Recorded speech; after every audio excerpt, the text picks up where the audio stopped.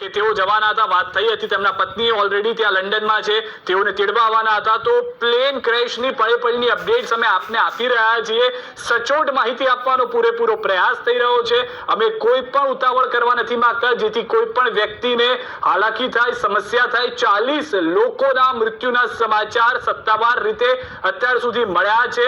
242 લોકો ક્રૂને ગણીને, એટલે કે જે ત્યાં આગળના પાયલોટ છે, એર હોસ્ટેસ છે, તમામ લોકો તેમાં સવાર હતા. જી, તો મહત્વપૂર્ણ લંડન જતી ફ્લાઇટ ક્રેશ થઈ છે. અમદાવાદથી આ લંડન જતી હતી. 242 ટેકઓફના સમયે 3 મિનિટ પછી આ દુર્ઘટના ઘટી છે. ધારાસભ્ય ઇમરાન ખેડાવાલાનું પણ નિવેદન જે અમે આપને થોડી ક્ષણો પહેલા જ સંભળાવ્યું છે. વિજય રૂપાણી પણ આ પ્લેનમાં સવાર હતા અને જેવું ટેકઓફ થયું 3 મિનિટનો આ સમય લાગ્યો અને 3 મિનિટમાં જ તે કકડભૂસ થઈ. એક તો આગ લાગી અને ત્યારબાદ પ્લેન ક્રેશ થઈ ગયું. જેવો જ બ્લાસ્ટ થયો તેના ટુકડા થઈ ગયા. 3 મિનિટમાં જ આ પ્લેન દુર્ઘટના સર્જાઈ છે. ક્રેશ થયેલા પ્લેનમાં 242 ક્રૂ મેમ્બર સાથે પેસેન્જર પણ હતા. એટલે 169 ભારતીય મુસાફરો હતા. 53 બ્રિટનના મુસાફર તેમાં સવાર હતા.